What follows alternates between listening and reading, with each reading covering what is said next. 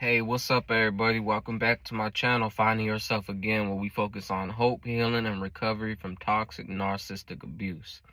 The ultimate goal is to establish self-love, healthy relationships, and ultimately find yourself.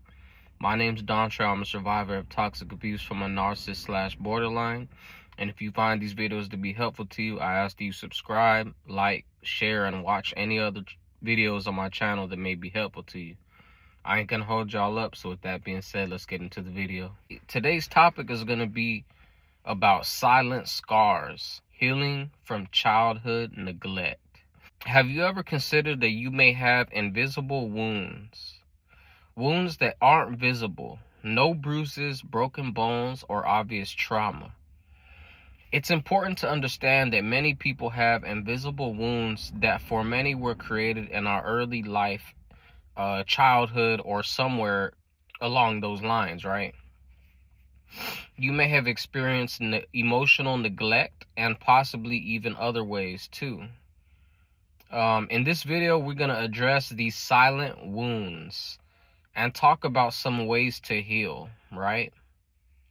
So I want to go over the definition of silent scars. Most of y'all can pretty much have an idea of what silent scars are, right? But we're gonna get in detail with it. These are deep, unacknowledged, and subtle wounds left by childhood emotional neglect. Unlike over abuse or physical trauma, these are the result of what didn't happen rather than what did. These scars stem from a chronic lack of emotional attunement, validation, comfort, or sufficient emotional responses from caregivers during critical development years. They are silent because the child don't recognize them as neglect at the time, right? They don't know what they're missing, they're children. And as adults, they may self-blame or struggle to pinpoint their emotional difficulties. So think of it like this. Think of it like a plant that was watered, right? But never given enough sunlight to thrive, right? So it's like it didn't die, but it never reached its full potential, right?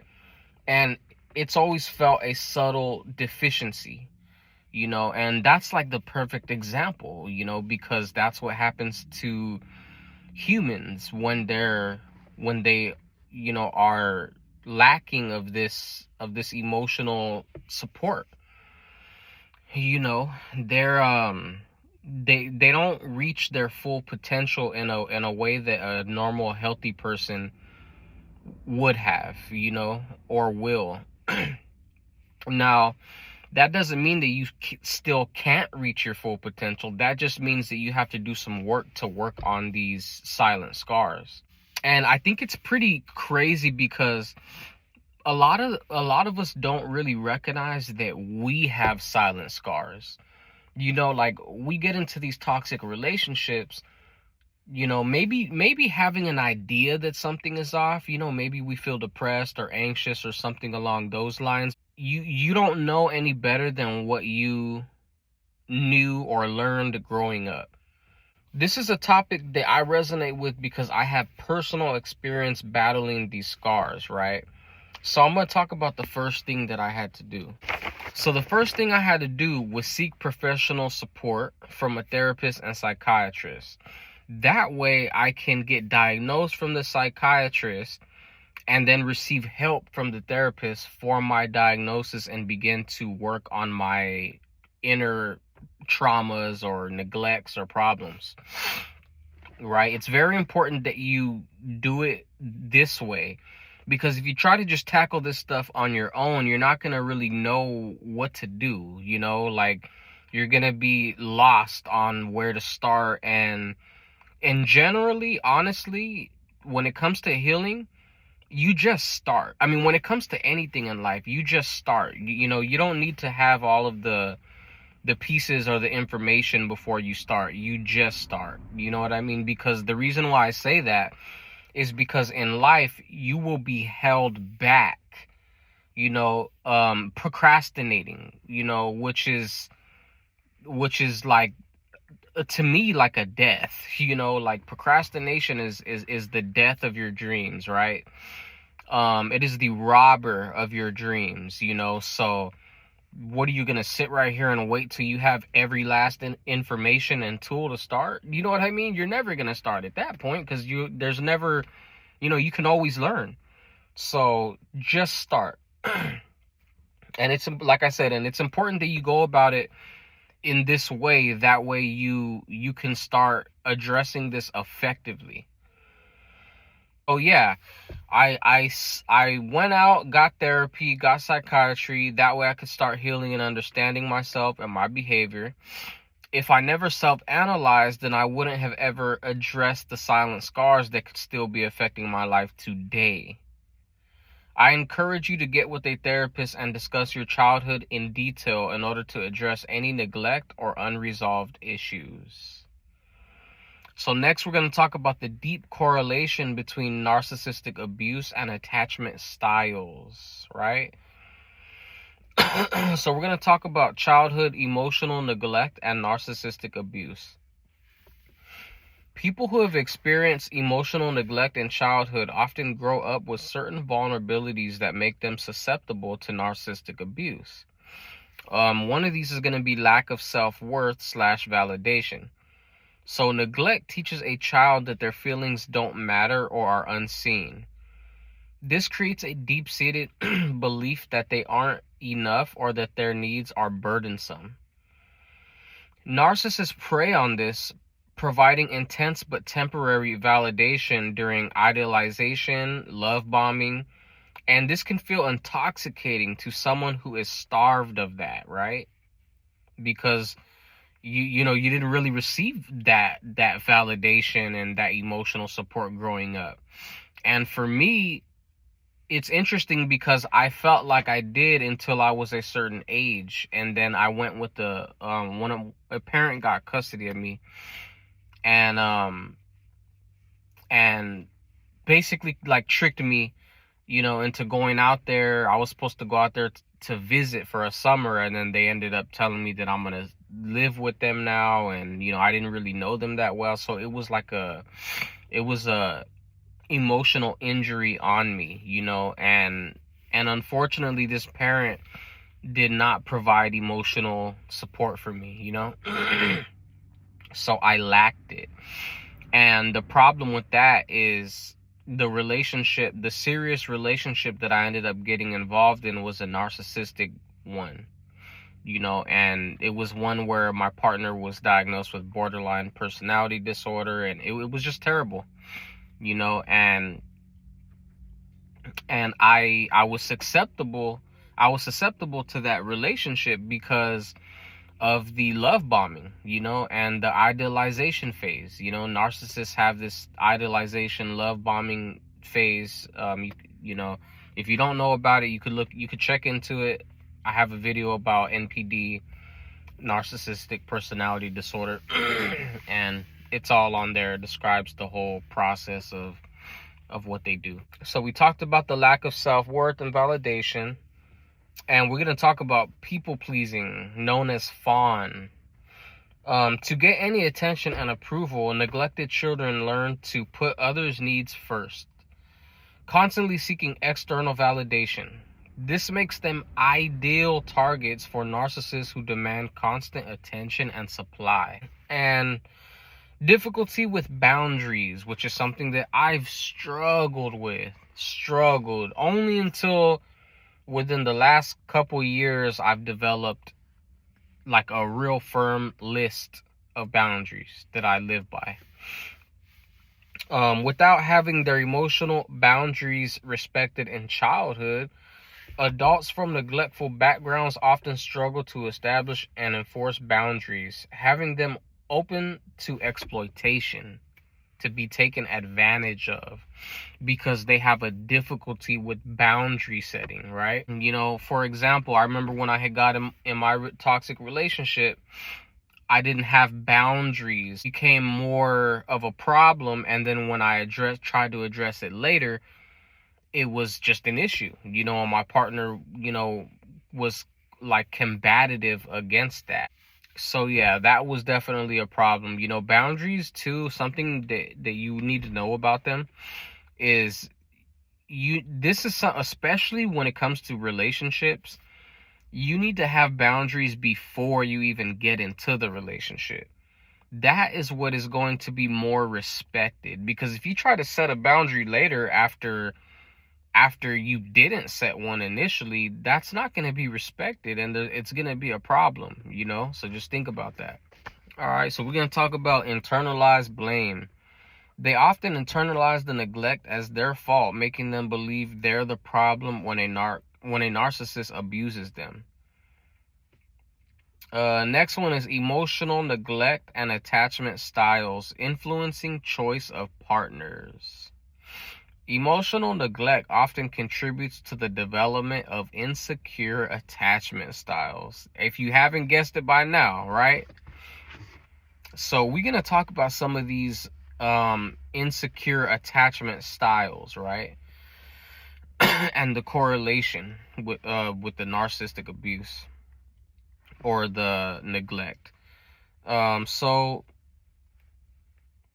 the first one we're going to talk about is anxious, preoccupied attachment. This is where the child learned that their needs were inconsistently met, leading to anxiety about abandonment and a constant craving for closeness and validation.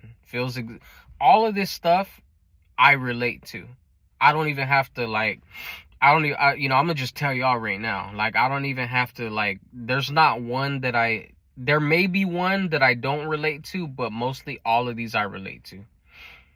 And the correlation between this anxious, preoccupied attachment style is going to be where the neglected person may be drawn to a narcissist because of the initial love bombing that the narcissist showers them with. This fulfills the intense craving for connection and attention. The narcissist push and pull dynamic, or the hot and cold, is known as the hot and cold dynamic, inadvertently reinforces the anxious person's existing abandonment fears, keeping them hooked in a cycle of desperate search for validation.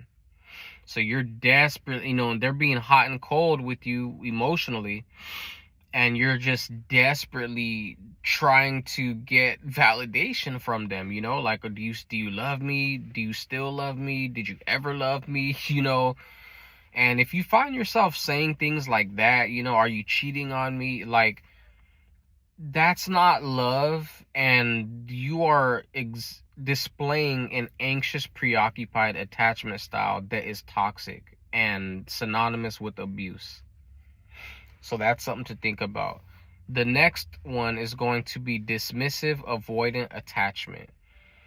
This is where the child learned that expressing needs or emotions was futile or even punished, leading them to suppress emotions and value independence above all else. I've been here too. Especially when you come from these households where traditionally, your family is just tough through things, just be tough through it, right? These people avoid intimacy, and the correlation, while less common to be drawn to overt narcissists, they might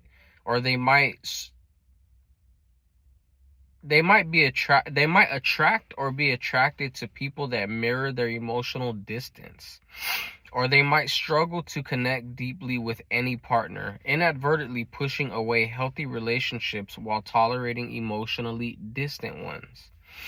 They might be drawn to partners that don't demand emotional intimacy, ironically finding comfort in the lack of deep connection, right? Now, when I was reading this one, I thought it was kind of weird, because I feel like this one is not really me, because I feel the need for deep connection and intimacy, not the lack of it, I don't have a problem with it. So I don't believe that this one is me. However, I did relate to the part where it says, like, pushing away healthy relationships while tolerating emotionally distant ones. I actually do relate to that, and I'm sure that I have definitely done that in my life. But honestly, I don't have many healthy relationships, with family members, because they have a lot of problems themselves that they never got help for. So it's just this could be a very difficult thing, because generally when you're healing, you want to be around and interacting with healthy people. But the problem is many of our family, especially older family members, are not as open-minded about mental health support and therapy and stuff like that, right? So at that point, you just have to do your best for you. You might have to keep distance, and you may even have to cut some people off. The next attachment style is going to be disorganized, known as fearful avoidant.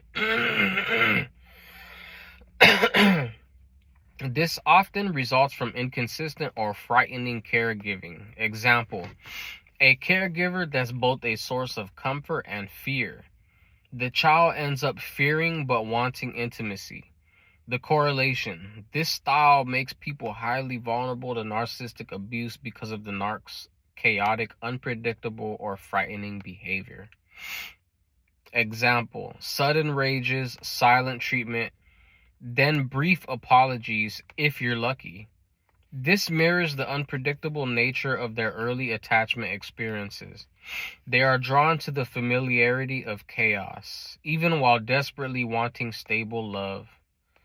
They often struggle to leave, caught between fear of abandonment and fear of intimacy. Now, this one I did not resonate with, but I feel that my ex-partner did resonate with this one, because she grew up in an environment that was chaotic. She was in fear at times and in comfort at other times. She was idolized at times and then devalued at times, right? And so it makes sense why she acts the same way that particular parent had treated her.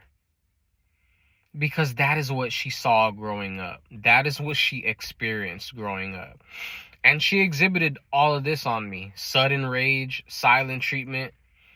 She hardly ever apologized, but she did apologize in rare occasions. It's interesting because I remember in the end stages of our relationship, and I was talking to her, and I'm desperately trying to get some validation or some closure, as to what is going on with my relationship, And I remember her telling me, Don Trey, I'm not okay.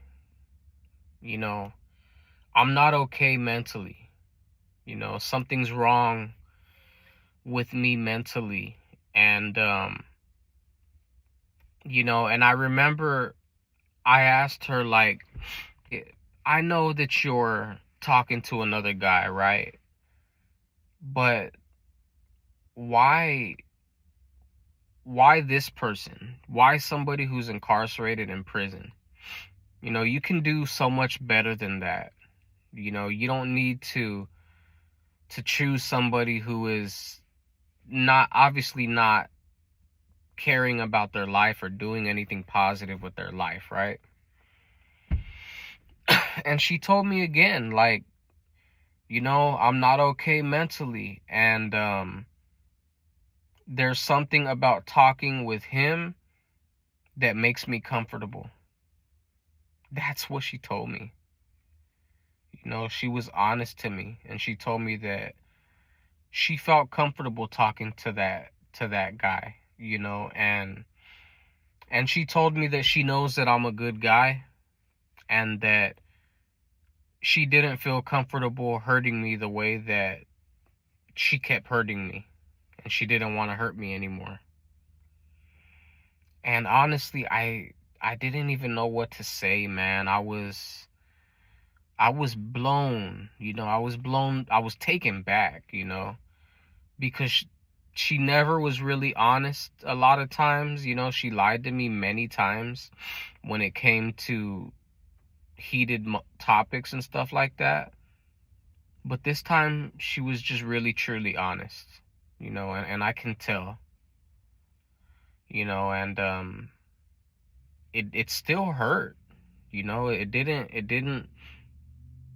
didn't take the pain away, but it did maybe sting a little bit less, because now I truly understood that this has nothing to do with me, man. This is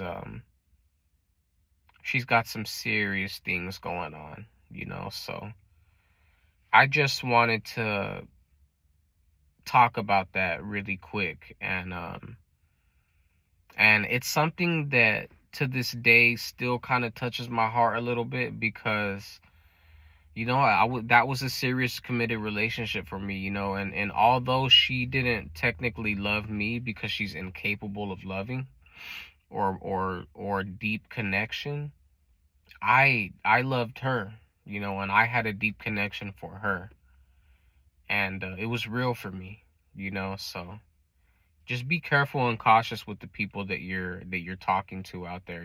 Get to know them before you take them serious, because this could really be harmful for you. So next thing I want to talk about is some skills and unique information to heal the silent scars, right? So the first thing is name it to tame it. Acknowledging the neglect. This skill is going to require radical acceptance of your past. The very first step is often simply recognizing that you experienced emotional neglect and that it wasn't your fault. Some unique information, right, is many people dismiss neglect because nothing bad happened. It's important to understand that the absence of something like validation or emotional connection can be just as damaging as abuse or trauma.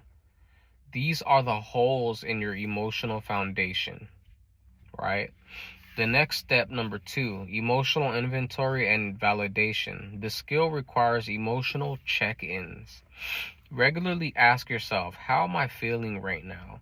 What do I need? Or is this feeling valid? Unique information. Neglected people often struggle to identify their emotions. Make a list of emotion vocabulary that you can use to recognize and understand your emotions. This is very helpful. And the reason you want to make a list of emotional vocabulary is because we wanna expand on our vocabulary to really hone in on what we're exactly feeling and understand what we're feeling. That way we know how to regulate it. It's very important, and there's much power in understanding and regulating your emotions. I actually have a whole video dedicated to emotional intelligence. It's really interesting. You might want to check it out. Remember to actively validate your feelings, even if no one did in childhood. It's okay to feel sad or disappointed with this. Number 3, build your emotional missing parts. The skill requires conscious nurturing of malnourished areas. Identify what was or is missing. Example, feeling seen, heard, understood, or loved unconditionally. Whatever's missing, you must actively seek to provide those to yourself now, moving forward. So you can check out videos, books, internet, whatever you have to your dispose. Whatever you have that you can use it, and learn how to be there for yourself and do these things for yourself. Because ultimately, yes, it's great for other people to do them, and we do get a really nice feeling from it. We cannot rely on others. We should only truly rely on ourselves when it comes to this. Because at the end of the day, you're truly all you got, right? I mean, obviously we have family and everything, but family and stuff like that, like they don't always guarantee everything, so your best bet is to just, they say doing it your best is the best way, right? Unique information. This may involve seeking out healthy, emotionally available relationships. that provide the mirroring and validation that you missed. It could mean learning to comfort yourself when distressed, developing inner tools for resilience, or pursuing things that make you feel seen and valued. All right, y'all. So the next step, number 4, is going to be asserting your needs, the language of boundaries. This skill requires clear, consistent communication of your needs. Create a list of your personal boundaries and enforce them with consequences in order to protect your emotional space and needs. It's very important to create a list, study the list. That way you don't ever have to walk around with the list, and you have it in your brain. And also you need to enforce them with consequences, real consequences when people cross them. Unique information. For people with silent scars, articulating needs can feel selfish and even shameful.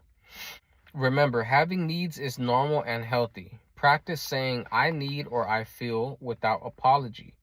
Also remember that healthy relationships respect boundaries, and the ones that don't are not for you.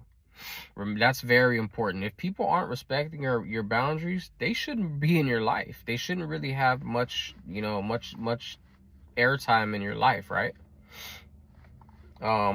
Personally, I allow people more time in my life, the more healthier that I perceive them to be. You know what I mean? Honestly, and you could take that how you want, however that sounds. I don't care. Like, I'm not dealing with unhealthy people. I don't care if they're family related. You could be my own brother, sister, mom, dad. It don't matter.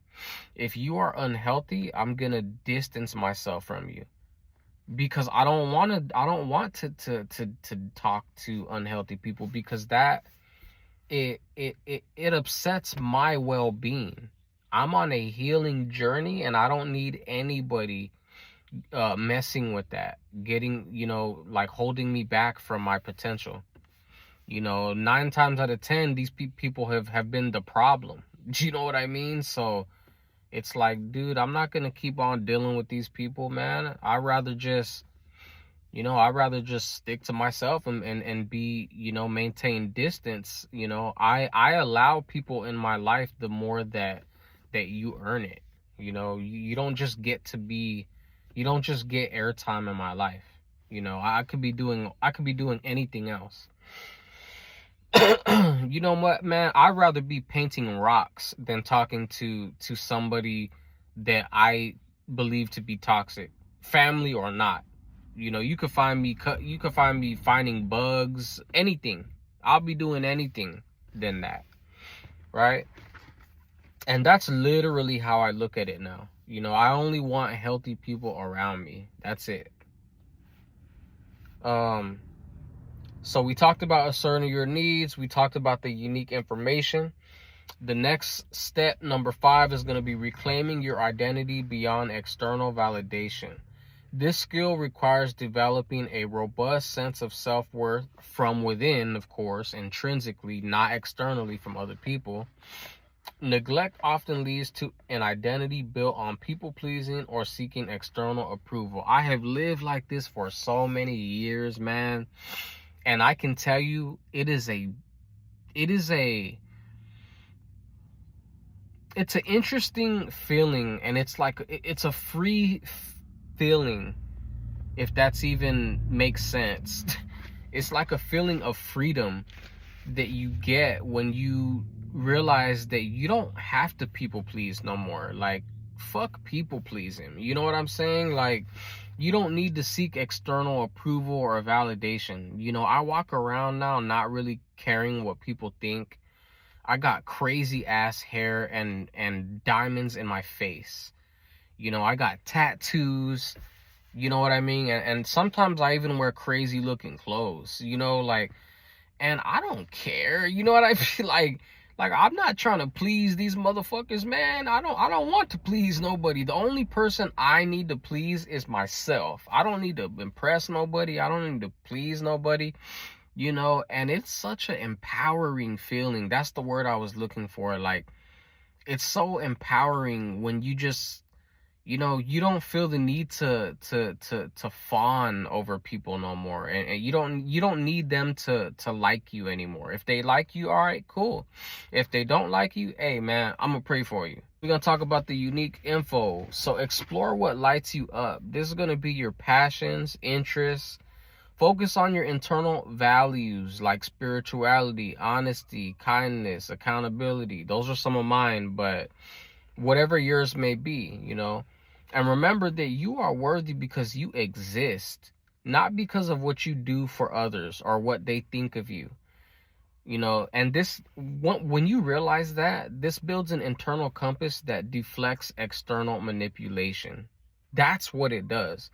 When you realize that you're valuable just because you exist, and you don't need to people please or seek validation in them, it deflects external manipulation. So people will try to come in and manipulate you, and you're not you're not moved by the flattery or the disapproval or whatever manipulation tactics that they're trying to use on you.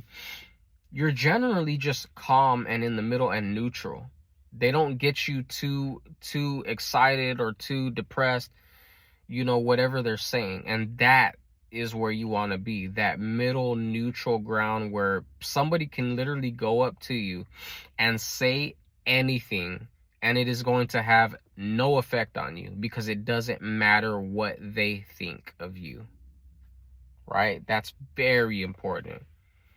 So the last step, number 6, the power of enough, overcoming the feeling of deficiency.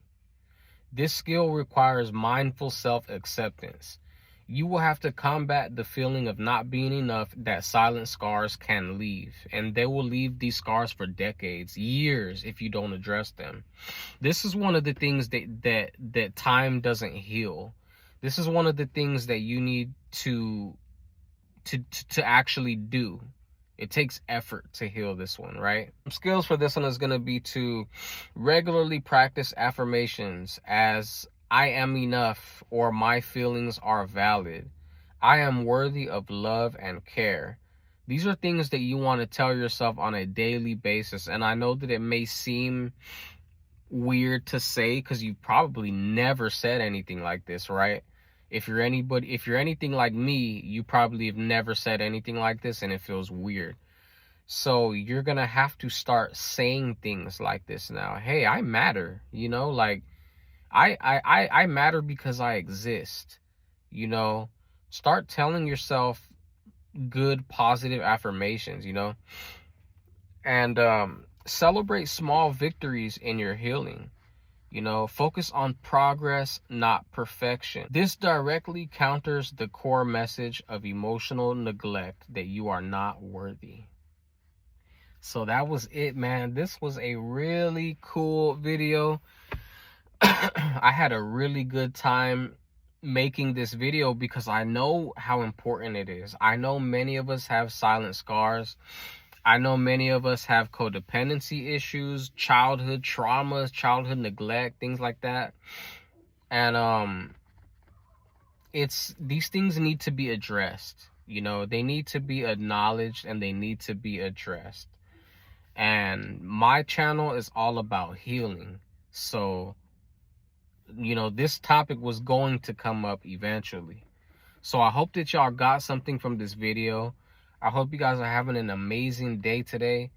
I hope y'all are feeling blessed, taking care of yourself, practicing radical self-care, self-acceptance, self-love, self-compassion, eating healthy, exercising, and working on yourself on the road to finding your true self. So with that being said, I'm going to go ahead and let y'all go.